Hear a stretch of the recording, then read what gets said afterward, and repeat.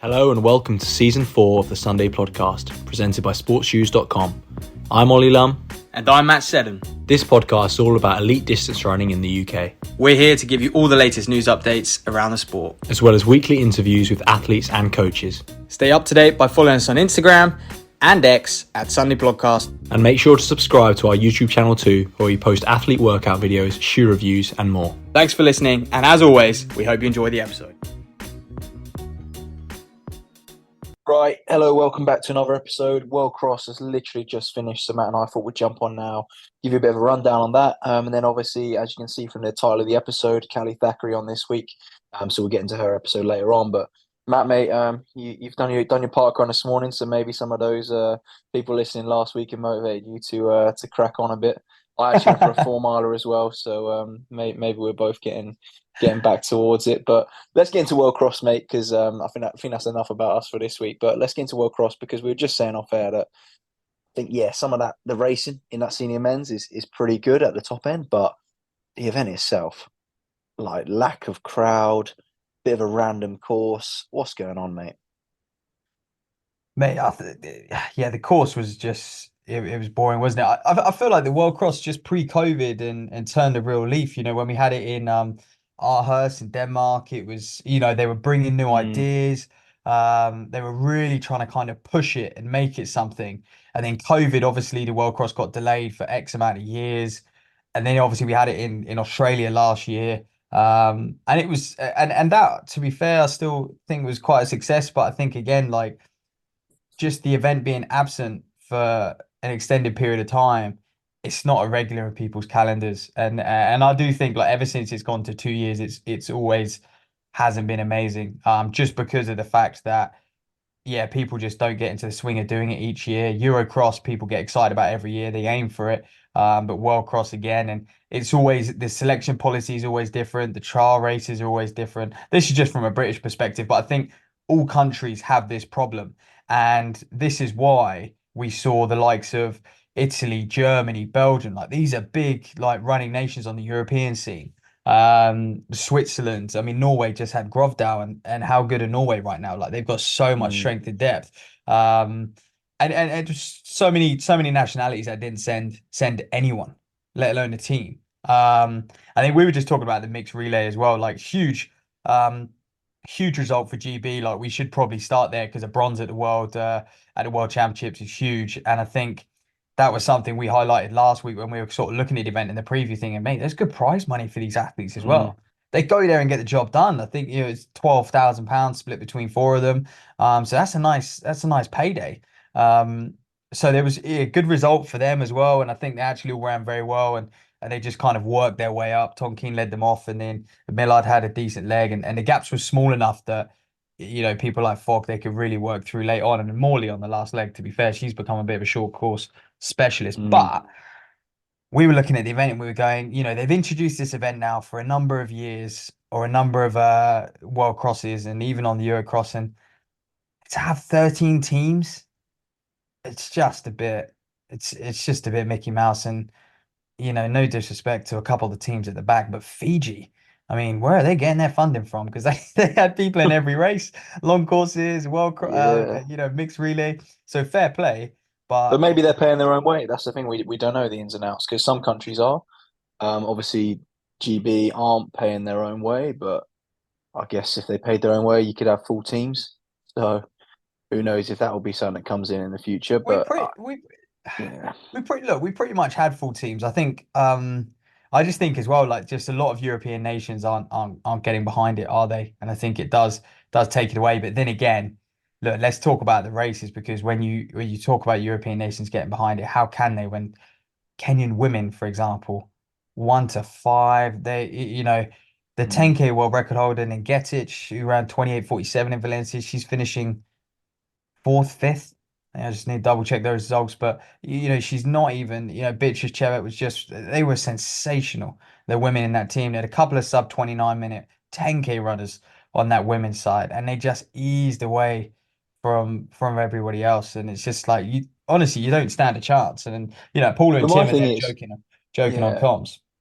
Yeah, you say that, but for me, like, I'm like, well, why'd you turn up to a world champs on the track then? over 10K or 5K, for example.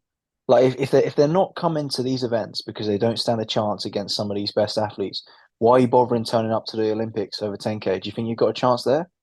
Like for me, if people want to compete at that level, like the best in the world are showing kind of from these nations. Like you had in the men's race as well, you had Kiplimo, you had Aragawi, you had Cheptegei. If it's good enough for them, it's good enough for our best athletes. And if you want to compete with them on the track, you've got to go and do something on the cross for me.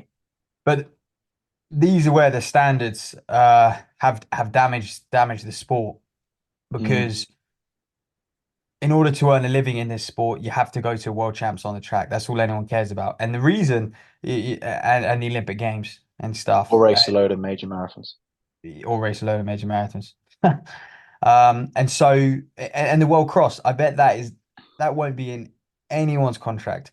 I No. highly doubt if that's even like there's even a bonus for finishing in X place at the Mm. World Cross. Like it's irrelevant.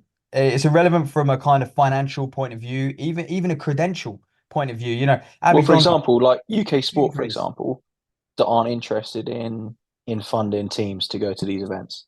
And that's why compared to like the Olympics or the Worlds where lottery funding comes in, British athletics have to pay for these events out of their own whatever budget that is. Mm. Whereas for the Olympics, Worlds, they get lottery funding. So the governing bodies themselves, not the governing body, I guess the people who are funding the governing bodies aren't interested either. Well, and this is it because yeah, I mean, imagine if your contract did involve making a world cross team and you were from Italy, and Italy say we're not taking anyone. You're stuffed, aren't you? So, but it's a real shame because someone like Donnelly finishing 20th today Unreal. It's a class run. in that field, that is unreal because you're right. When you get to the Mm. Olympic Games, you've only got three Kenyans instead of six. You've Yep. only got three Ethiopians. So that is equivalent to almost the top 10 in the world, over a 100%. 10K cross Yeah. country, which is just insane. And she That's should the be best very, run of very her happy with career. her Yeah, performance. for Yeah. sure. And Yeah. for me, that is like that's brilliant for her because I think if she can now get herself in the right 10K race, which she should be able to, as a 20th place in the World Cross, but I'm not sure it does translate to that for these kind of race organizers. But if you can get in the right race, I think you then go and you can run a super time because there's no way you're coming 20th in that race and you're not got a good 10K in you.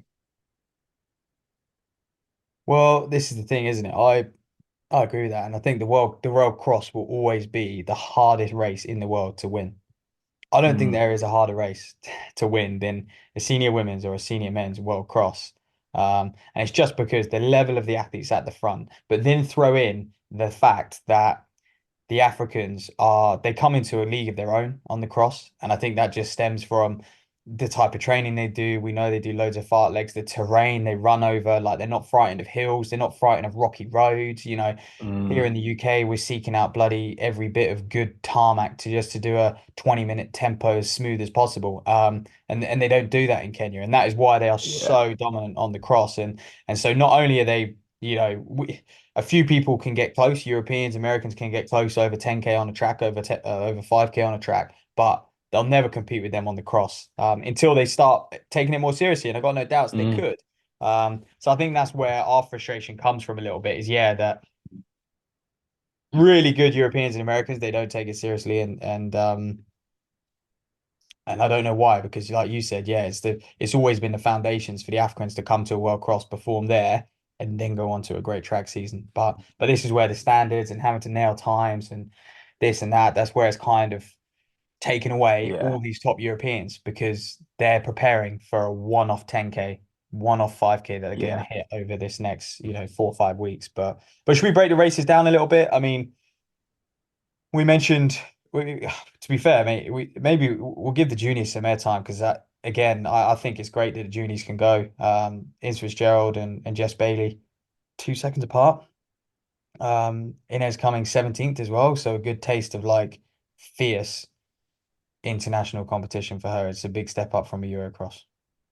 Oh, that's it, mate. Like the junior races have always been a high caliber as well. Like it's like you say, it's probably a harder standard than you're going to get at like a World Juniors on the track, for example. So like getting yourself in the mix with some of those athletes because normally the ones that come through from some of kind of these classic distance running nations who come through on a world cross as an 18, 19 year old, they're the ones that then a couple of years later they're smashing it on a Hmm. track on the world Yep. stage.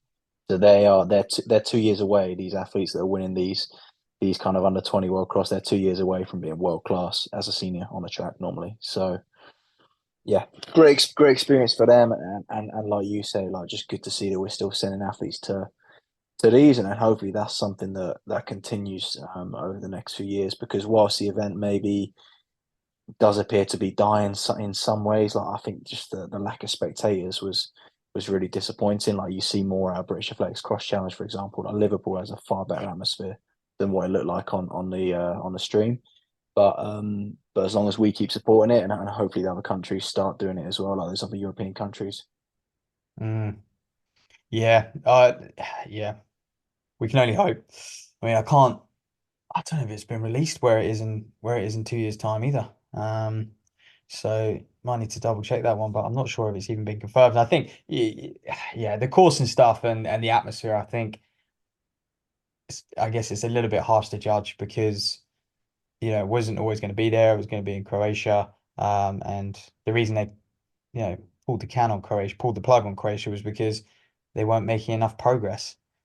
And I was thinking, how much progress do you need to be making to host a World Cross? Like, no, seriously, if Parley Hill hosted the World Cross, I mean, look, they'll go set the course up maybe 2 weeks before, 3 weeks before, and like what progress needs to be done? But this, and I guess you got to put some athletes in hotels. But you were talking there was 245 athletes at this World Cross. There's not many. Mm, And a few, and obviously the coaching staff. So maybe you talk about 500 people. You got to put in some hotels, and maybe you got to put some buses on. It's not even becoming a massive event to organize. I don't know if they're just no. really overcomplicating it, mate, but Jesus Christ. We have probably more numbers at a league match, a league cross country. You've got Oh, 500 blokes easily. in a senior men's Yeah, yeah, race, and then people organize it on a Saturday morning. So I didn't really know why it was the event was pulled from Croatia anyway, and in Serbia. And so, yeah, and people will say kind of, Serbia last minute job and stuff. I'm just thinking, yeah. I'm sure some race organisers listening will have something to say about that. I'm sure there is some things we've forgotten about, but yeah, who knows, mate? Who knows with that sort of they thing? might do. But anyway, Sports Yeah, News and yeah, Chris Barnes at Podium Festival put on Podium Festival, 48 hours before, 36 hours before. So, and yeah. it was I guess virtually a I guess the tournament then. progress in the planning though, So who knows? Maybe they just weren't doing anything. But like you said, surely World Athletics are doing a lot of that for them in terms of like sorting out entries and whatnot. But yeah, I think like you mentioned, obviously in that women's race, 5 Kenyans, it's unbelievable, isn't it? And I think Tim Hutchins mentioned on the comms that it's probably one of the most, if not the most dominant that like one nation has in an event. Like when do you ever see 5 people from the same nation get in the top five in like any sport? Yeah. Yeah. Very, very, very rarely. And I just think they've just got some ridiculous class at the moment, haven't they? And the Mm, way they're running, I think there were some awesome shots, and I just thought, imagine if that was like four Brits or just to have five of them at one point were just abreast, and they were just running in sync, and it was yeah. literally like it was a training group. And look, yeah, we won't see that often. So it was, from that angle, it was quite mesmerizing. Mm, And Chibet come away with the win. And I think again, they were saying on com 24 years of age, and she's a three times world cross champion now, mate. And something else we got to note is the winning time. If it is a legit 10K, let's say this is marked out perfectly, 21, no, 31:05, the winning time. Like, yeah, and negotiating those hay bales as well. So hay bales on grass, turns. It wasn't hilly, it was pan flat, but even so, I'm like, God, the standard for worlds is or Olympics is 30:40, isn't it? mm, Yeah, running 31:05, it's just, but then they can run sub 29 minutes for 10K, so yeah. Yeah, and I think you just got to think the confidence you'd have, isn't it? Like if you were say that fifth Kenyan, like at any point in the race, sorry, looking around you, like you're not going to drop off, are you? You're looking around, it's like your whole teammate. You're like, well, we're all going here, so Mm. none of you are going to drop off. So that must have been just immense. And like you said, to be fair, like that is one thing I thought it was pretty good. Like you mentioned some of the shots, I did think the kind of camera angles were pretty good, and you got quite a good feel for the races, like a mixture of like the close ups and some of the overhead shots. So in terms of the coverage, I thought that was pretty Good good, to be coverage. Yeah, it honest. was good. It was good coverage. No faults there. Mm, And then we'll just mention Grovdale, 14th. That was a pretty strong run. Again, though, yeah, five Kenyans in front, four Ethiopians, few Ugandans, and that Kazakhstan athlete who may as well have been a Kenyan. And then Wayne Kalate as well. She really got after it, and she was in seventh, eighth for a long time. And then just faded. She looked like she was almost going to collapse at the finish. And I think we get that, don't we, at these world crosses? We can't forget the mm. heat as well. 27 degrees, it was roasting. So we often find that, like I said, we saw people collapse in Australia last year. We saw, Cheptegei Just collapsing. always hot, isn't it? Like Is it even world crosses are always hot? you Yeah, don't, you don't think of Serbia like, oh yeah, that's going to be a hot one, yeah. I and swear in then Denmark it was I remember Denmark being sunny on the day. I don't know what the mm, temperatures were like, but obviously Australia I think was hot last year, and then today it was hot, and before that it was in Kampala, wasn't it, Uganda? So it's been some hot bring them world to bring them crosses. to Cardiff, then it definitely won't be hot. So Saying that, mate, it's a Cardiff Cross beautiful, Challenge beautiful, course. beautiful day today. We've got sunshine for It once. is. It is. I think as well, like it would be nice to see a more of a testing course. Just something. It wasn't a And testing. just I'm just not sure about all this sort of kind of fake stuff. Yeah. I think I guess I'm like, well, if it is literally going to be a and flat field without it, then fair enough. Like you had the muddy section, you had some like almost like a sand pit over some of the roads, you had like the fake hill and the Yeah. hay bales that they look like carnage, to be honest, because I expected everyone to weave in and out of them. But then when you've got people to your left and right hurdling them, you Yeah. can't Yeah. weave in and out. So everyone No. had to hurdle them. So yeah, that looked quite interesting. But I do think like, if you can just find a course that has some natural turns like around some trees. Like we know it's like I think yeah the best cross country courses are in the UK though, aren't they? Or even I'm not opposed to some of the American courses. I know some people don't like the golf courses, but you look at some of the courses and whilst they are like really nice mown grass, some of them are challenging courses in terms of some of the climbs. Oh, this is it. That reminds me, the World Cross is in Tallahassee, Florida, Oh yeah, and 2026, that mate. is an unreal course as Yeah, well. that's So that's where it is. It has been confirmed. It's been confirmed for ages. So yeah, and that is a good course. yeah, Obviously it will be firm though. Like it will be very fast under feet. But it was testing. Remember, if I'm not sure if people remember, but go back and watch the NCAs there. That was the time Cooper Tier, that famous video of Cooper Tier yeah, collapsing from the finish. Did Charles Hicks win that day, or maybe yeah. Conor Hicks Mance won. might? Yeah. I think Conor Mance might have kicked him. Actually, Who was it? yeah, I Yes, you're think right. Yeah. Conor Mance won. I think You're right. Mance out kicked him. Yeah, It was Mance, Hicks, and was it Wild Shoot on home soil? yeah. Wild shoot on home soil got third. Yeah, Were the yeah, top three, yeah. That was and yeah, the Cooper went wild with shoot. him, and then Yeah. yeah, bad. So That was a class racer. So go back and watch that. Yeah, if you haven't, and if you want to get a taste of what's to come for World Cross, because that is a phenomenal course. But yeah, let's get into the senior men's then, and like I said earlier, I think just the caliber of athletes that you get at the top of this race, I just don't see why you can't have more people from European countries doing it. But again, like you say, Matt, maybe it is just a case that these qualifying times are so hard to hit that they can't risk coming to a World Cross. But I don't think it's going to damage Kiplimo's chance in the summer by doing World Cross. So well, and the problem is as well, it's really, and we'll get onto it now, it's really hard to quantify people's performances because, Will Barnicoat got 27th today. Um, and he's someone who he was, he ran really well at the Eurocross. And we know how talented he is. And he was someone who he's been wanting to do World Cross the whole time. He's committed mm, to it.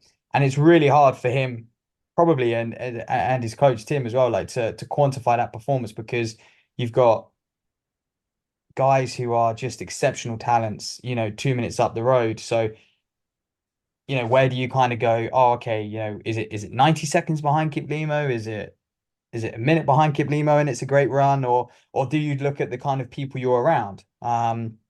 That's Yeah, what I think. Like for me, like you got to look at the guys you've beat.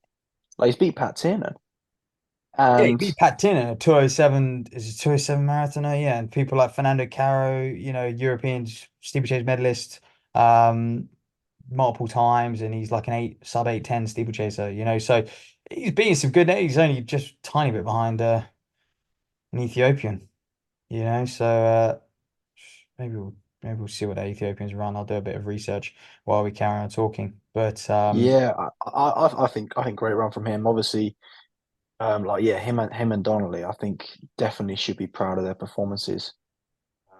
yeah. For sure. Like obviously, yeah, Donnelly 20th is phenomenal.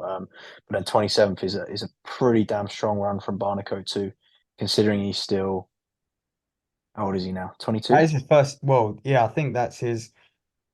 Yeah, obviously he was under 23s at Eurocross. Yeah, so um, Maybe not even that. Maybe he's he's 21. 21. That's disgusting. God, yeah, 21. I'm just looking at that So Ethiopian, by the way. I can confirm that Ethiopian Barnaco was second behind. How about this? Has run a 60 flat half marathon. So he's in good company, sitting 27th in mhm. the world. And like you said, yeah, he's beating the 207 marathon runner, Pat Tiernan. Like all those guys ahead of him are serious athletes. So we And can Pat safely Tiernan is an say, NCAA cross champ back in the day when he's in college as well. He's not even like it's not even like yep, he's a road specialist. The yep, guy beat Ches on the cross yep. when he's in college. So yeah, that company you've got to take that run. I'm near the top end. Then obviously Rono made it interesting, didn't he? He looked like a good quality athlete when he was taken out, didn't he? He did. And I'm getting sidetracked here, mate, but 27:08, Anthony Rotich ran, and he was only two places ahead of Barnico. So, and Yeah, he ran that just at that 10K a couple of weeks ago. yeah, So he's in 27, sub 27 10 shape, and Barnico's a couple of seconds behind him over a 10K cross. That is the caliber, the company Barnico's in. So, but yeah, mate, let's go back to the front of the field. You were saying? yeah. I was just saying about Rono, mate, making the race interesting for everyone, kind of making a bit of a breakaway until what lap and a half to go. Yeah, fair play as well. God, I just think like, we used to see how Farah just like toy with the field on the 10Ks Mm, on the track. Like this is what like Kiplimo's doing. He's just how confident must you be? Like he's letting Rona did get a bit of a gap. Like none of them were phased. Like and when you looked at the speed that Kiplimo just threw down towards on that last lap, it's just like breaks up the field with one hard move. This wasn't like surges. This wasn't like waiting for a testing part of the course. He just threw it down and was just like, okay, see ya. And he just looked so relaxed. yeah, I think it's just a case of supreme fitness and supreme confidence. Like you know you want it before, you know you can do it again, and you're in great shape. Like one question I want to ask is, what's happened to Joshua Cheptegei? Because we've seen some compared to the Cheptegei of what was it 3 years ago when he was kind of unbeatable over any distance. We're starting to see like quite a few almost chinks in his armor. Um, and have we seen the best of Cheptegei, or is he going to kind of come back out and ever get back to those sorts of feats? I'm not saying he's obviously still world class, like he's obviously one of the Mm. best in the world, but it's quite a few times now he's been kind of blown away. Mm. Yeah, this is where as well though I feel like money talks for me. Um, I mean he is still the 10K world champion from Budapest last year. So he is still on top of the world when it comes to the big stage, and I guess the races that he's really planning for and plotting and going for. So I don't think we need to worry too much. But this is like his marathon move in when he did Valencia and really blew up and stuff there, and like how hard he went out and stuff. Like it's just a bit rogue. And Mm, this is where like I do think he's 27. Like Farah would have never made those moves. Like Farah, I know he did start to step up to the marathon, but he did the half, didn't he? And then he did kind of one marathon, was just like, "Oh, I'm going to put that on hold for for a number of years now until I sort of attack it again and take it seriously. Yeah. And And yeah, also Farah didn't over-egg it in his marathon debut. no, He just recognised to run like a good time. yeah. But I think that's why Farah's career, like we could have a whole podcast talking about the greatest distance runner of all time. But like Farah's career in terms of 5 and 10K track running is unmatched. Like his record. We talk about purely record, it's unmatched. Mm. Yeah, it So is. So I wonder if, it's I mean, yeah, yeah. Chepsky's 27. There might be a few chinks. But so far, I mean, over 10,000 meters. I mean, he lost the Olympics, didn't he, to Borrega, but he's got what has he got? He's won the worlds twice, three times, I think. Yeah, geez, 2019. So he's Yeah, still on but top of the world when it he's let comes to like 10,000 meter running, mate. mm, I don't know. I just think almost if we seen the best of him like in those time trial races over 5 and 10K. Well, yeah, I mean, wait, yeah, I just he's never gonna run his world records again. I actually think those world records, like, I don't know if they they're are gonna be ridiculous, touched for a aren't they? while. Yeah. That that 10K, I'm just not sure that's getting touched. Mm. Is that almost like the this is almost the issue with these perfect races though, because I don't know. If that's me, I'm like, well, I'm not my best, so why am I? Do you know? Do you know what I mean? Yeah, yeah, Like people always talk about you would shape. you What would does question Cheptegei talk yourself. about? Yeah, he's That's what I like, mean. Like what's him not in everyone's a shape? bit like that. Like everyone is a bit like Yeah, that. Like yeah. if you liked, it's nice to know that you've just run a PB going into any sort of race. Or near PB territory. Yeah, and Like when like your PB is he can't 26:11. touch those. How is he going to touch those? So like he just approaches championships. But I almost feel like that was again like Farah. Like he never really chased it. There was never really a And that was the problem. nice thing, yeah. So he just knew he had Yeah, to be in the realms of, and I guess like Cheptegei, as long as he's in 26-40 shape, like he knows he can probably go and win a major championships like over 10,000. Like that's probably all you I say, but that's probably the shape you need to be in, right? But his 12:35 might come under threat this summer. Let's see. I mean, Kiplimo now, Gowrie and Kajelcha and stuff, and Borrega and yeah, everywhere. They were going at it like crazy last year. That's the one which might be under threat, but with the Olympics and stuff, yeah. will they I think really? it's easier to get enough guys going through like 3K fast enough for a Yeah, 5. Whereas yeah. like the 10, you got to go through 7K at least with like a few of you going for it. And that's just not, 26:11 is yeah. just that. That's ridiculous. So yeah, but it was a great. I say a great men's race. It was a good men's race. Mm, It was a little bit cagey at the start. It was a big group. And Kiplimo did what we kind of knew he would and expected him to do. And you were just kind of waiting, weren't we, like all race when this guy was going to move to the front. So, but mate, let's shout out Callum Johnson as well. He got 44th in the end.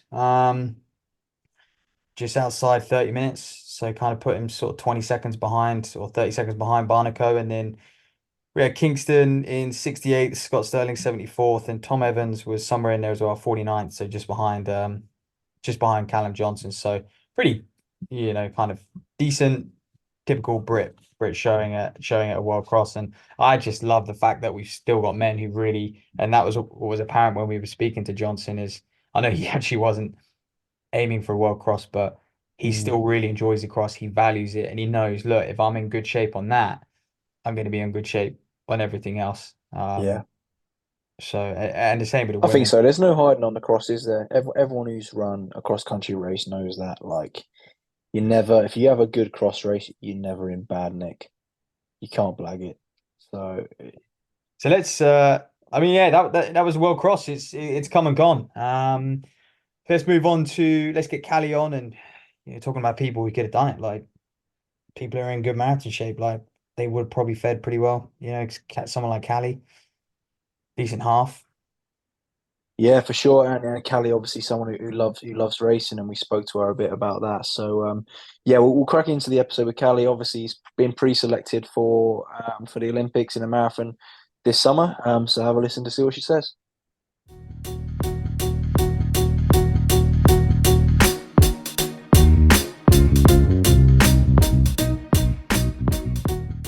Okay, first off, Calli, just welcome back to the podcast.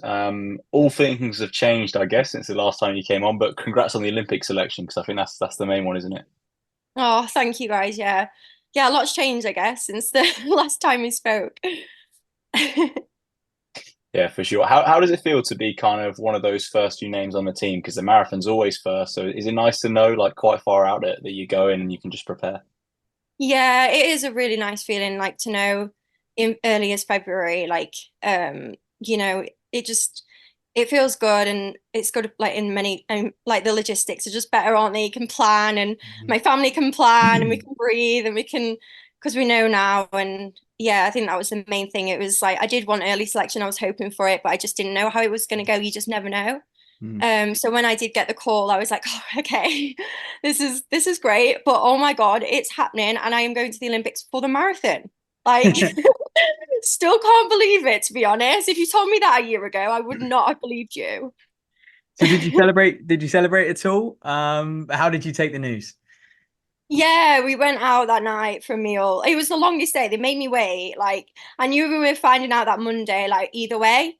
Uh, Thank you. I knew we were finding out that Monday, and basically, it was like every hour. I thought for sure they'll tell me by like 3 p.m. mm. So like I went on my run like a bit later than normal, and on my run I took my phone, and I was like, I kept getting random calls as well, and I was like, oh, this is them, and it wasn't, and I was like, oh no, this is just. I was just, and then when I got back, I was just pacing all day. I was like pacing up and down the room. It didn't help that all my family, what obviously my circle, what no, Mm. like that was the selection meeting day, are all messaging me, ringing me, and I'm like, I don't know yet, guys. Like, I don't know. And then at 6 p.m., I think it was like 6:30 p.m., I got the call, and straight away, thankfully, they were like, it's good news. And I was like, okay. But yeah, I went out that evening and just had, yeah, had a nice meal with my husband and coach, and yeah, it was nice. And then I celebrated the next day with family, and yeah. Awesome. Yeah. Yeah, good stuff. How long did you have then until you're allowed to announce it? Because I know sometimes there's a bit of a Yeah, lag, isn't there? that was the other thing. So like I'm not good at keeping secrets, and like they were like, right, you can tell you're close, you obviously your close friends and your family, but like it can't go anywhere else. And I was like, okay, like this is gonna be weird, like me knowing for like I knew for 9 days until they finally announced Wow. it. So for 9 days I had to keep it like a secret, and I people messaging me going, and then people were asking like, when's the Olympic selection? I thought it'd already been, and I was like, I mean, I just had to keep it on the down low. But yeah, no. It was a weird time. Good. Yeah, absolutely. I can only imagine. So has life changed since? Interested to know. Have you had to do more media duties? Obviously, you're back on the Sunny podcast, which is clearly huge. But jokes aside, yeah, has life changed at all? Um, yes and no. I guess like the show just goes on, doesn't it? Same old, Mm, like back into training, trying to not do anything too crazy at this point. But no, not really. Like, like yeah, it's a big thing. It's like you are representing your country on the biggest stage, and it is massive. But yeah, life just goes on as normal. Like I've still got to, mm, get to August, make sure I'm mm, like fit and ready to go. And like I've just got my head down now, to be honest, and mm, just enjoying it for what it is, and just being able to breathe and know that I've got this selection now, and just fully focused on training, racing in between, and just figuring out that schedule and making sure I'm doing all the right choices now in terms of like me being my best self on that day. mm. Yeah, let's get into some of those races now then, because you raced quite recently as well. Obviously 31:10, long overdue 10K BB, I think, in Yeah, Trafford yeah. the other week. So the speed's looking good, isn't it? Yeah, you know what I'm like though. I do love my speed stuff. I will never ever like close the doors on that. I do mm, want to do a few 5Ks as well. Like that's my baby. It's still my baby, even though I'm a marathon runner now, I guess. But I will always do the 5Ks, the 10Ks, half marathons and stuff in between. I just think they're good. Like all of those mm, distances complement each other, and I just like to keep sharp. And they always say as well with marathon training, don't they? And it was a fear of mine, I'll be honest. Like mm, as soon as you start marathon training, your speed goes, and it's not true. Like I guess it depends on like what kind of how you do that and what your training looks like to make the marathon work. mm, I'm not your typical like marathon runner in terms of training. Like I'm still very much I can like the jump is not massive between 5K training and honestly like 5K training and marathon training for me like wasn't a massive difference, I'll be honest. It was just I'm lucky that my VO2 max is very high, and that's actually like helped me in the longer distances. Yeah, I remember when we spoke previously, and that was getting on for 2 years ago now. When you had your 5K breakthrough, you said I started training like a marathoner, and that led to my 5K breakthrough. So one of the questions I'm keen to know, Calli, is had you planned beyond that Olympic selection, or was it kind of boom, you got selected, and then you're like, crikey, coaches need to sit down, we need to start mapping out the next 4 or 5 months. What was that? Sorry, what has changed?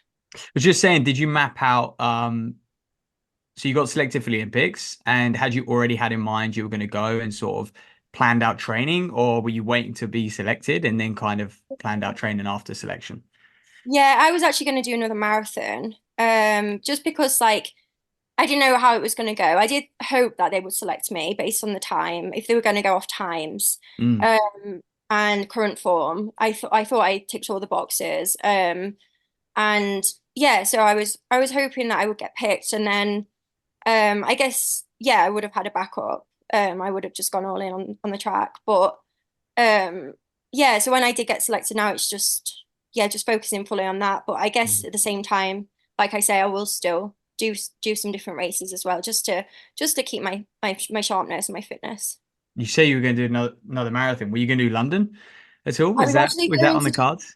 no, because they don't like you to do London just because of like past history, I guess. Like I think a lot of people have done London and then it just breaks into that perfect 20-week build, what they do like. And you know, like things can go wrong in a marathon. So they just don't love how near it is to it. So they did prefer me, I think, to do like another marathon, so something a little bit earlier. So I was going to do Seville, and I was like training for that, so I was in great marathon shape, ready to do it.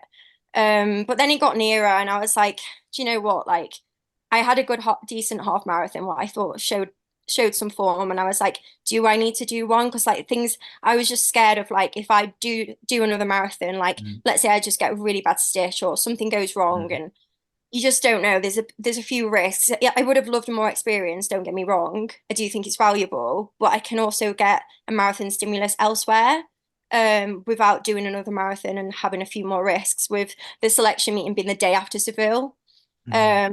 So I just kind of banked on the fact that I hoped I'd done enough. So yeah. Yeah, for sure. It's a tough position to be in, I'm sure, because especially with the marathon, it's so easy to say on the track, look, I'll go and bang some races out. If it doesn't go well, then I can turn up next week, or you just put it down to a bad race. But marathon wise, you might have to wait another 6 months, for example. It's so different. And obviously, you know how I am on my 5Ks. I'm like, okay, if I have a bad one, I can do one a week later. And that's what I was doing for a while. I was doing 5K after 5K, like almost every week. Like, but it's different in the marathon. Yeah, I don't know. I did like, and they do say that in early selection. They say, look, like you can have early selection, but you can't do another marathon now if you're going to accept this. So I was like, oh, okay. But I'd rather have early selection, I guess. Yeah, of course, of course. Does that frustrate you? And you keep referring to they, I presume you're talking about British athletics. How have they impacted your training then? Are they actually a part of it then? Are they guiding you in some sense? I guess they can't fully they can't, you know, like you have your training, your race schedule, they can't really, all they say is you can't do another marathon. They do say like, be careful, make sure, you know, you're doing all the right things, and they will support you in that. But like, yeah, ultimately they can't fully stop you. But I guess they could deselect me if I did do another marathon, obviously. But so that's something I just had to make the decision on. And I was like, okay. But even though I've only done one marathon, I do feel fully confident in the distance, funnily enough. I think it's almost a good thing to be naive in the marathon, a little bit naive. Yeah. And well, let's talk about that debut then, because talk about naivety. You smashed it out of the ballpark. Were you expecting such a big debut? No. I knew I was fit because obviously I'd just done the world half like 2 weeks before. I was feeling good. I a little bit of a foot thing actually in the half, so it stopped me because I was feeling absolutely amazing. Like that 7th felt like one of the easiest races ever, but then the last few miles I did have a weird foot thing, so it kind of like stopped me from staying with the pack, which was frustrating because I honestly think I could have gone all in and tried to medal, but like it is what it is, like things happen. So I had, and then in the race I was thinking, I just hope it's not a stress response or anything like that because I had this weird thing going on. So then I had 4 days off actually, like basically sorting this foot thing. It wasn't anything sinister in the end. It was just, yeah, just a weird thing what happened in the race, and all was good, thankfully. But I think, and then I had like an easy week, and then I feel like one more confidence session to, make sure I could do the marathon. Well, I hoped that I could like get through a decent marathon. But because I'd done all the training had been done toward for that, and I think the half marathons I'd done had all helped. And yeah, I just think I backed myself in the training and the racing, and I was like, do you know what? Like, let's just do it, see what comes of it. Yeah, and I was thinking maybe 2:24 on a good day. So when I saw 2:22, I was just shocked. And I was asking Nick because my husband, he was pacing me in the race, and I was like 18 miles in, I was like, okay, like we're at the business end of the race now. Like, so I asked him because my watch wasn't, well, I had no idea what pace I was on for. So I asked him like the 18th mile, I was like, Nick, like what pace are we actually on for? And he was like, oh, and he was like trying to do the maths as well. And he was like, I think we're on for like 2:23 something. I went, what's Charlotte ran again? And what's Rose ran? And he was like, it's like, well, Charlotte's ran like 2:23 low. And I was like, okay, we need to do that. Like, we need to do that. I was like, can I pick it up now? And he was like, I mean, he did. And he did subtly pick it up. And then when he dropped out, I had like 3 miles to go. And I've never sprinted so much in my life. I was like, because I knew I was like, would be on like maybe getting that 2:23. And then when I saw 2:22 low, I was just like, oh my God, I've done it. Yeah, sorry, I got the times mixed up with Rose and Charlotte. But yeah, I was just like, oh my God, I think I've done it. Like, I just did not expect it. Like, yeah, it was crazy. A lot of feelings that day.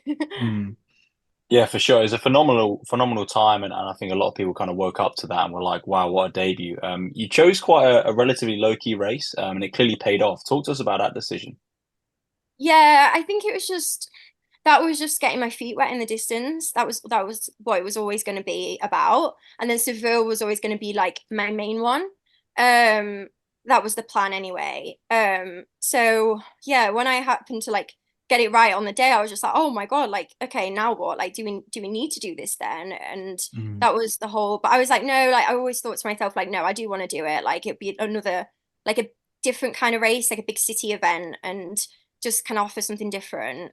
But yeah, I don't know, like it just luckily like I am glad I did it the way I did.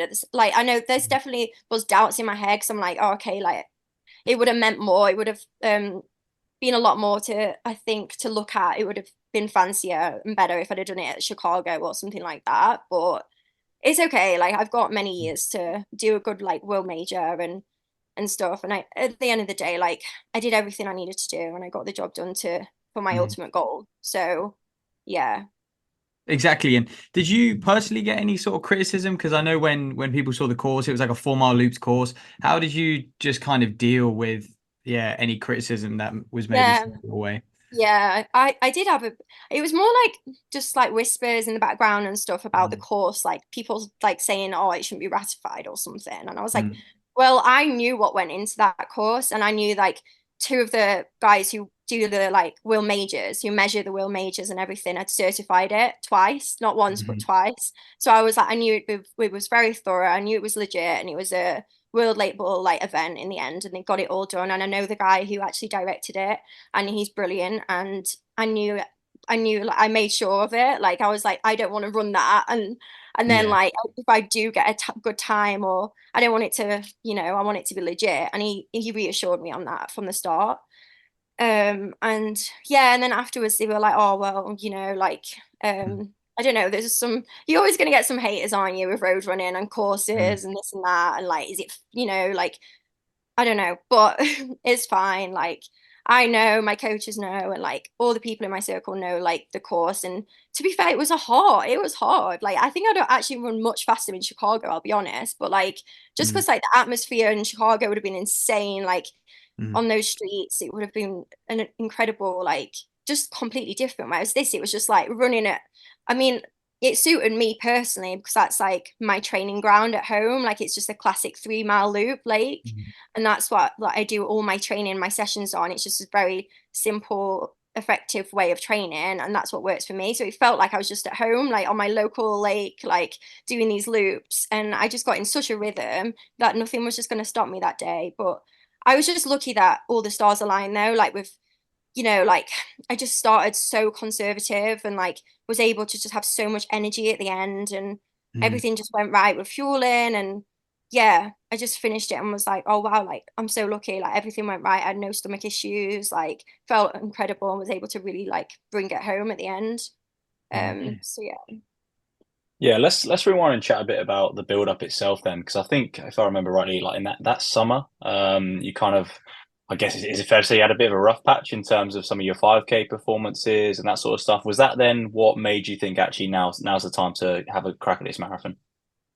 Yeah, like last year was a weird one. Yeah, I think I had an illness for a while, like what set me back in the winter. I think the winter training is like for me, like if I can get that right with no illnesses, no injuries, I think I can like have a really good season. But unfortunately, like my winter last year was just awful. Like I had bronchitis for like 3 months straight and I could not get rid of Mm. it. Like I was literally like coughing up my lungs like every day. And even just doing my normal runs was just like a no-go.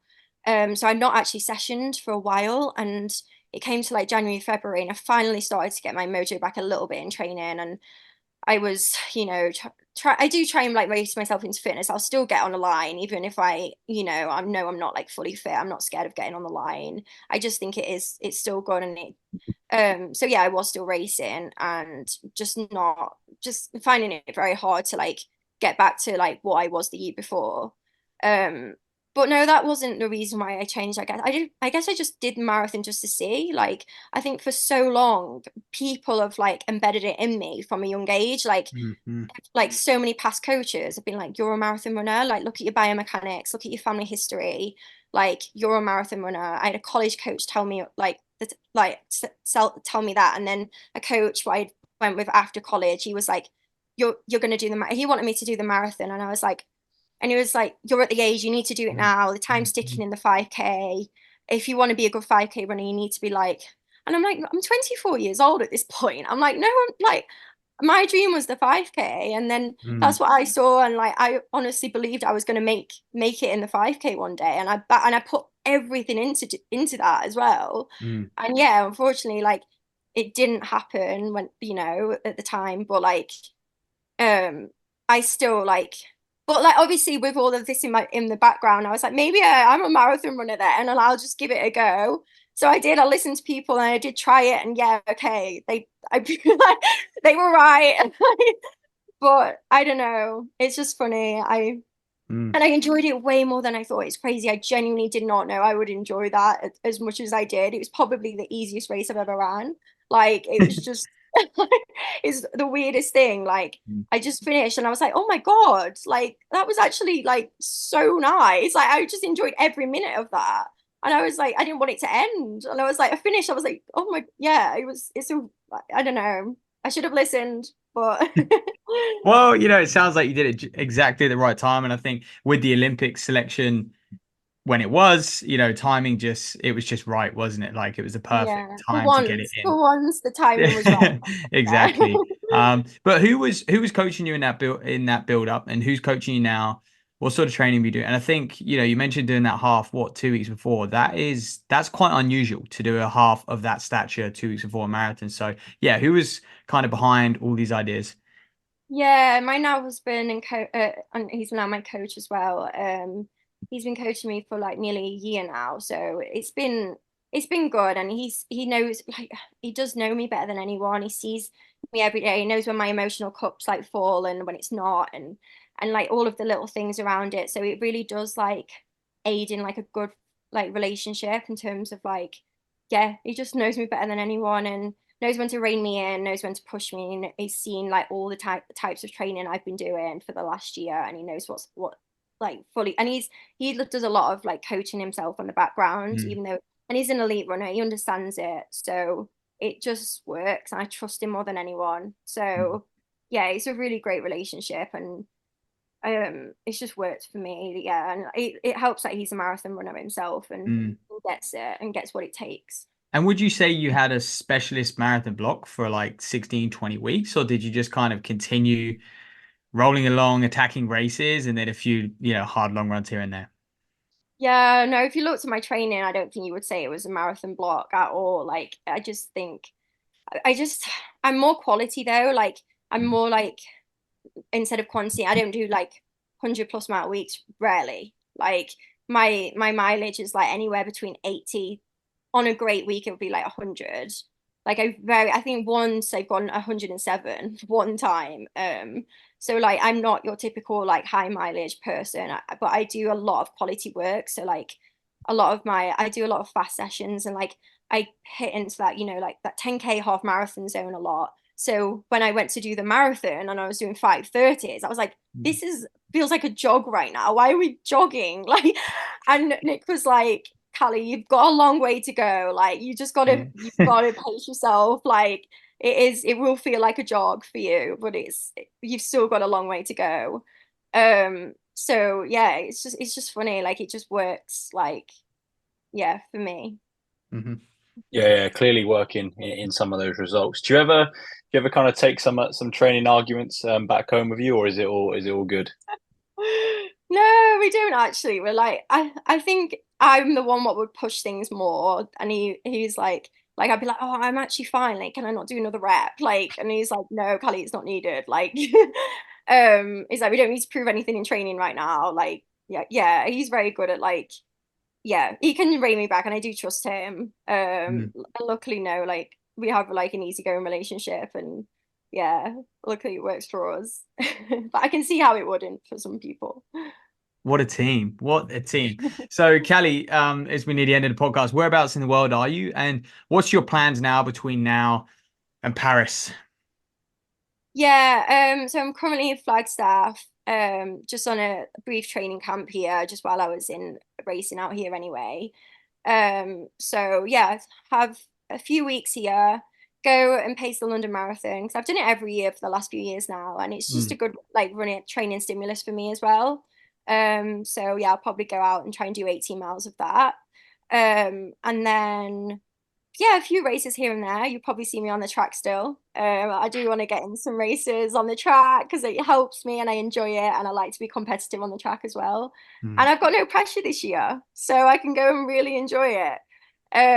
So yeah, you might see me at Highgate, my first 10,000 meters on the track. Epic. Yeah, Wow. I'm excited. What happens if you pull one out of the bag at Highgate? Does that change anything? Sifan Hassan come Paris. I know, right? I mean, I wouldn't say no to a cheeky double. Like, I mean, no, we'll see. We'll see how it goes. I've got to do it first. You know how much I love the 5K though, so I don't know. I don't know if I'll 25 laps actually still scares me. 25 laps of the track. Yeah, I've done a marathon, but 25 laps on the track, I don't know what it is. It's just, yeah, but I don't know. We'll see. I'll just go and have fun with it and see where I go. And then, yeah, hopefully do like the odd 5K and see where that takes me. But I do feel like I'm in good fitness on the track as well right now. So yeah. Well, it's interesting because obviously you did New York weekend, and there was pretty much the same weekend as Sound Running, wasn't it? And the 10. So did you have that? What did you weigh up that decision, and what was the thinking behind New York, and how was your most recent run there? Yeah. I did weigh up all these options, even the podium 5K. You know, I love those. I was like, oh, what do I do? Do I do a podium 5K Chris or do Barnes I is gutted. Yeah. I would have loved to have tried to go for that win. That was a good race. That was a Yeah. great one. But no, it was good. I knew I had to do New York for the marathon because it was like a hilly course, and it would be like, it's just good to get that like kind of feel for the hills. Oh, I'm Right. so gutted though. Like I just got really ill, like a classic like thing, things can happen.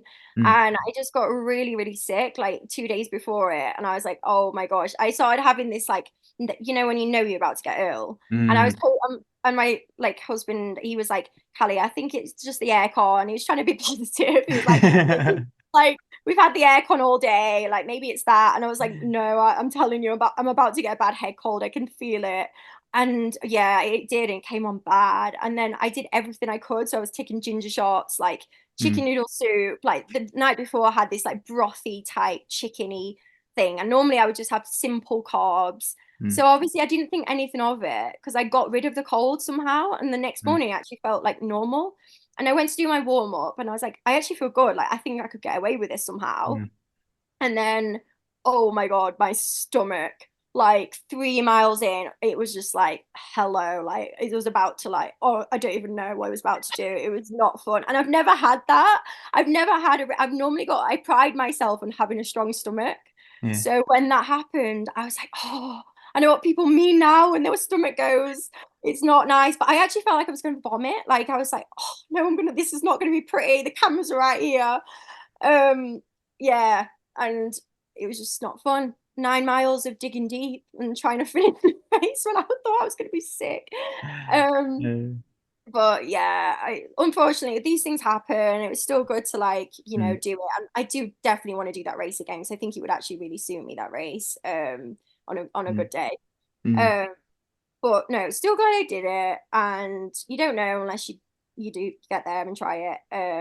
And yeah, that was the main reason behind doing New York though, just to get the experience on the roads with the hills, undulating course and stuff. But I'll get another experience and hopefully like I'll get to do Europeans, and there's a half marathon this year. So hopefully like we'll get to have a dabble at a like good championship race in the This half is all there. it's all good points as well. I just wanted to ask actually, does your husband Nick, does he coach anyone else, or is it just you? Is it just like, you two are a team, and like who do you train with? Do you try and jump in with people? Yeah, so he does coach. I think he's got like 20 odd athletes, but they're all online. So, but he's got like trail athletes. He's got like, yeah, he coaches quite a few marathoners. We've got a few good like girls sort of around like 73 minutes and a half. So Wow. he does coach quite a few competitive runners. But no, I typically train on my own, and like Nick's on the bike with me a lot when he's not like, because he's currently going through a bit of an injury himself at the minute. So he's been biking with me a little bit here and there with my sessions. And then when I'm in Flagstaff, I mean, you've always got people to train with, so that's nice. So I do like coming to Flagstaff and jumping in with a few people if it suits here and there.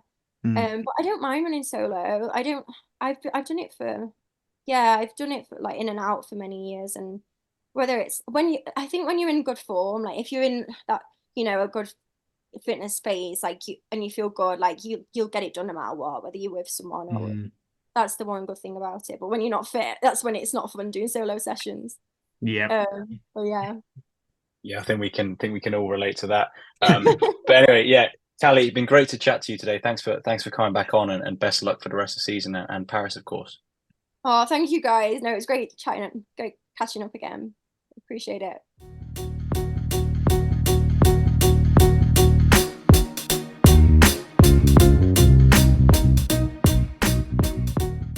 Okay, great to have Calli back on the podcast with us just then.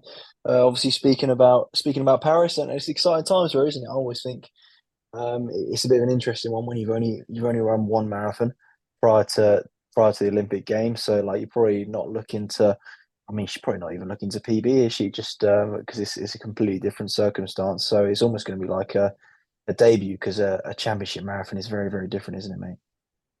It is. And look, we know the elevation is going to be crazy. And actually, I saw on social media this week, I think there's a 13% incline at 30 For a at the K, 30, yeah. at the 30-kilometer mark for a kilometer. And just like that is gonna cause serious problems later on. And that is what's like, it's just going to be quite exciting, that how that marathon unfolds, because it's not just going to be a case of fastest person on the day, because you've got the heat to factor in, the climbs to factor in, and all that sort of thing. And feel like, someone like Callie who's yeah, never afraid to race, always runs hard as she can, and just a real gutsy runner. It might suit someone like her. But one thing, I mean, I guess I was getting a little bit frustrated with from just speaking to her is like the way that British athletics, like they have told athletes what they can and can't do. And even an extension of that is the World Cross this weekend. Athletes who finished sixth and a first reserve, they were limiting people, yeah, I think Kingston as well. They were limiting people what leg they could run at road relays last weekend, at the Southern Road Relays and area road relays. And even if you were a reserve, they were saying, no, you can't do a long leg and stuff. And like, look, British athletics, fair play. Like, obviously they know their stuff and they might think they're looking out for their athletes. Well, they're not their athletes because, what do they actually do for them? Nothing. But just, and Callie mentioned it quite a few times, the way that, BA have limited her from doing certain stuff. And I was just like, you know what? If this person that you have rightfully selected wants to go do a marathon, wants to go do X, Y, and Z, let her do it. Yeah. Yeah, I think you're right there, mate. And I think sometimes they think they know the athletes better than they know They themselves. And I'm do. just like, Yeah. if you think that they're good enough to be in a team, like we said, these people deserve to be in the team. Like they've made the case, they've made the place. You got to let them get on with it. Like Yeah. if they think or their coach thinks that they need to go and race whatever the week before, then Yeah. that's what they should be doing. Yeah. They'd have a heart attack if Sifan Hassan rolled up on the British team. They don't Yeah, know what to do. This lady's running a marathon, X amount of weeks from attacking a triple at the World Champs. Like, so, if it's good enough for someone like her, like I know, you know, British athletes might not be the same caliber, but it's irrelevant. Like what gets them ticking, what gets them firing, what's good for them, just let them do whatever the hell they want to do. If they've ticked the boxes to get selected, I don't know why BA like have to feel like they have to like interfere yeah, and start like watching over them and stuff. yeah. And let's just clarify that Callie was not complaining at all. This is us Oh sort of no, kind of no, we're complaining. interpreting what she was saying, and yeah, we're having a moan. So no one come at her, please. But yeah. But the What thing we were is, excited for though, mate, she's doing Highgate, yeah, and yeah. there is that possibility of a A of an double. Olympic double if she could manage to make the team, which would be a fantastic story, and I'd love to see it. I think she might. I think she's. I mean, with her track pedigree, I think she'd be in with a serious shot. Mm, Like, given her marathon and her strength, and I'm like, well, if she can get herself into sort of 1450 shape, which is probably very doable, given mm. her marathon strength, surely she can, put a few 1520s back to back. That's much easier said than done, obviously. But I'm Yeah, like, I think she could get that standard now Highgate. And what was just exciting was she was just like, yeah, I'd happily do the double, like marathon and 10K, let's go. mm, I think as well, we learned a thing or two, just kind of the way she trains, and often you almost get two types of marathons, don't you? Those who just kind of rely on their credentials and their ability. And obviously they're still putting in serious numbers, serious volumes because they're high class 5K, 10K runners, and you have to be putting in serious volumes if you're going to compete over that distance anyway. But they don't go crazy marathon specific. They just let themselves. I mean, when you're a high class 5K, 10K runner, you're going to go through the half fairly comfortable. yeah. When she's run 67 or so, is it for the half? Or, it's like she's gonna, how good must she be feeling running 71, 72 minutes? Mm. And then you're just like, well, look, there's going to be question marks over that last 10K, but if it's a good day, you feel properly, the shoes and stuff, oof, she's done it. Well, like And you mentioned Hassan earlier, like yeah, Hassan's not someone who's like tearing up her training to go on marathons. yeah, He's just a super talented and not just talented, hardworking and well well-rounded athlete on the track. And I yeah, think it's something that, and you talk about the shoes, like obviously it's not all down to the shoes, but I think it's something that we used to see it with the half a bit. Like all the best 5K and 10K runners would have a good half in them because you just have to. You have to be a good half marathon runner yeah, to you be a do. world-class 5K or 10K runner. Yep. Now with the addition of shoes and like just a bit more knowledge around some of the fueling and stuff, you automatically decent are like marathoner. Yeah. you should be a decent marathoner. Yep. Like it's like you're telling me like like Mark Scott, we're gonna see it soon. Come London, like world class 5K and 10K runner. Like he's not been specific for the marathon for like years, but you can kind of bet that he's going to be there or thereabouts because of that caliber on a track. Yeah. When you're that fast, like you say, it's gonna feel good for a long time. But then, yeah, like you say, it's that last 10K, isn't it? Exactly. So no, it was good to catch up with her because it had been a while, and understand kind of her preparations and what she's been up to since. And obviously, there's been some big changes. You know, she's coached by her husband now as well, which I thought was an interesting dynamic. Mm-hmm. So obviously doing a great job, and she's signed by Nike as well, so she's made some good moves in the sport. So yeah, keep an eye on her, and we look forward to seeing her at Highgate. And one more thing that's probably worth mentioning, obviously National Road Relays next weekend, 12 stage. So yeah, we'll look forward to that. I think big teams are You probably. fancy it, Matt? You're not Hey, rocking out. Bracknell, dude, we didn't even turn the team out for the Suns. We Well, no took one asked me. No one asked me. So 12 stage is difficult for our club. But mate, yeah, Leeds, Highgate could be the duel, Bristol and West. I know they only got second at the Midlands, and one of the reasons was, Jack Miller doing that, having to run that short leg, even though he's reserved for the World Cross. So, it was impacting not just athletes but clubs as well. So but yeah, so that's to look forward to this weekend. I wonder if the athletes like Will Barnicoat and Jack Rowe and stuff Aldershot will manage to get them out so they can actually compete. But they seem a little way off it at the moment. it'd be Sorry, good, wouldn't sorry, it? Booster. What about Mark Scott? Mark Scott and Phil Sesman, they normally like a road relays run out, don't they? Well, I don't know. I think Phil might be tempted to turn out for a road relays and get a leg down. I know he's going Yeah. to do some. He's going to try and target the track as well. Um, but then I just another. think like Phil's Go on. someone that he's going to be doing something of that like kind of similarity anyway on his Yeah. Saturday. It's not like Yeah. he's like just going to do it, so may as well, He's gonna and he's he's someone gonna who do loves it yeah. as well. He'll do a 20K tempo that's better. You know that he'll Yeah, average like quick fast. Faster. He'll average 450 per mile. For a 20K tempo or something. So he could almost do a couple legs to be honest. Um, but another thing that we should probably talk about is the Bannister Miles coming up. I definitely wanted to shout that out. I think it's going to be a fantastic event. Festival of Miles has been going at Oxford for a couple of years now. The lads have brought it back. And obviously this year being 70 years since Bannister broke four on that track, it's going to be a pretty big deal. So the elite fields are getting sourced together. So if you are interested in attacking a good track mile, early May, 6th of May, get entered and spread the word. It's going to be good prize money. But also there's actually a road mile in the morning, community mile in the morning, starting at town centre, and that will finish at Iffley Road as well.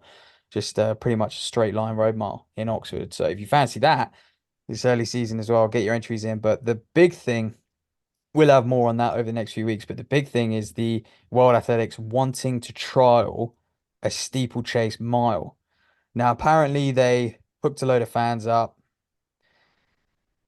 Don't quite know what I mean by that, but basically analyzed fan experience. And I think they sort of measured their heart rate to see if they were excited and stuff at the World Champs. And so they could see how fans respond to different events. And steeplechase was one of the worst ones. But I think that's kind of sometimes it's a bit unfair because it just depends. I Mm. thought steeplechase was good, but we're probably a bit biased. But I think it Yeah, I depends think on we the are race. biased to the steeple, mate. It depends on the race and it depends on the names and stuff in there as well. Like it's like I'm sure there's years where the 5K might have been, a bit dull if it wasn't a race and stuff. Like for example, if you had a World Championships and there's people watching the 5,000 in Daegu when Mo Farah and that competed. But if you had that World Championships in Britain and analysed fans, they would have gone off the roof, because the British fans Yeah. obviously would have been a lot more excited. And I'm just like analysing a World Championships in Hungary, like it's a good international fan base, but are they really sort of like supporting it and diehards? I don't know, but anyway, so they're now thinking about cutting the steeplechase down from a 3,000 to a mile. So if you are listening, let us know your thoughts. I think it sounds exciting and it'll be a good trial event at Iffley. They're gonna trial at Iffley. So if you're a steeplechase and you fancy a quick a quick one. You'll probably end up with a world record. You will. It's going to be a proper Yeah. World FX event, and you might even end up with some good world ranking points. Who knows? They might Is your not have brother done doing that it? properly. Is Zach doing it? Well, this is the thing. It clashes with but this is the problem they're going to have is until they actually change it, athletes are trying to Yeah, what's the chase. point? Yeah. Athletes are trying to get steeplechase qualifications, and obviously, you're going to get in a fast 3K Yeah. steeple because The you're 2K, chasing. the 2K steeple is a great event, to be fair. So why wouldn't you just do a 2K? Because people are used to, like, that's been run a fair I few think the times. 2K slaps, yeah. The 2K is Yeah. because it is like it's it is kind of for those 15 guys Yeah. because they've We only did a got to just 1K steeple down in Milton Keynes back in the day, just at an open meet. Put on a 1K steeple it was for like I don't know, like the under 15s just transitioning. It was like, just come try our steeple. It's only a K. but Yeah. one of another reason why they were like, oh, it would be great is because we can have someone break 4 minutes for the mile for the steeplechase. Obviously, that is Yeah. like in a few years' time, like that would be ridiculous. But I feel like like having that sort of mentality is not good because you should be supporting head-to-head racing. Like, why are you Mm. supporting someone just going? Because only one person can do that feat.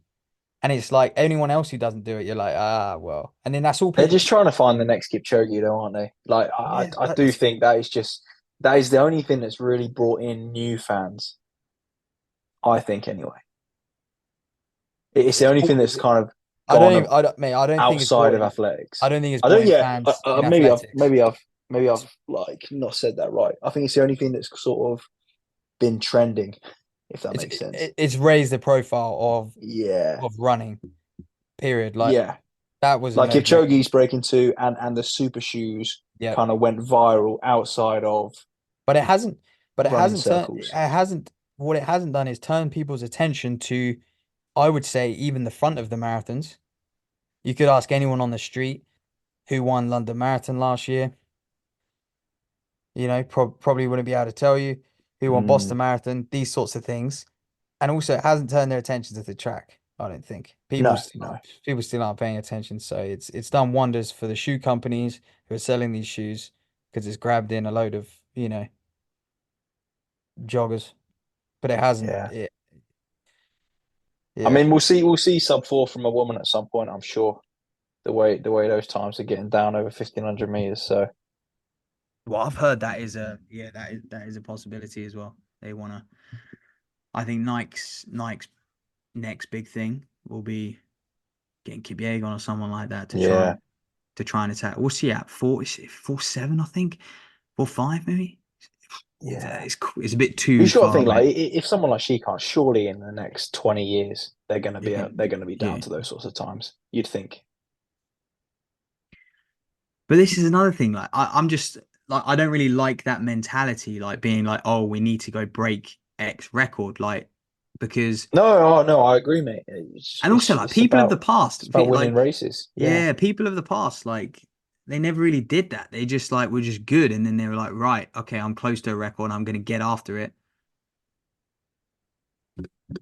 on my own yeah. terms. Well, I'd rather see a 325 1,500 than a sub 4 steeple. Sub-40 steeple would be well, we don't know. We don't know what the mile steeple will throw up, but I think it will be quite special. So I am looking forward to it. I do think I'm on the fence about it. I'm like, here go World Athletics again, wanting to change things. It's not the They should do events. it indoors, is what they should do. And that's the indoor steeple, is a mile.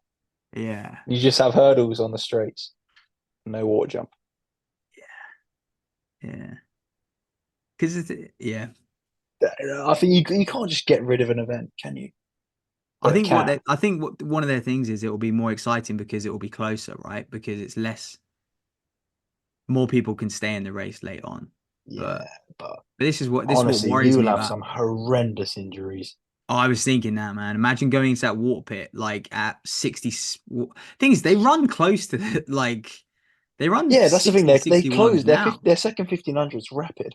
Yeah, it's like So, but I just like you say that. But if it's more built up in the latter stages, like imagine say you have like one of these like the equivalent of like a 3:45, 1500 in a mile, whatever that is.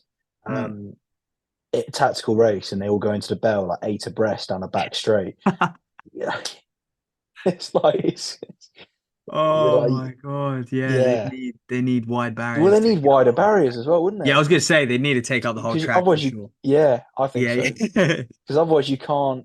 You'd I have think the people getting barriers go pushed to outside lane. the barriers. I think the barriers go might be lane 3.5. It might do 3.5 lanes the Mm. barriers that cover. Yeah, you need more than that if you're running a mile.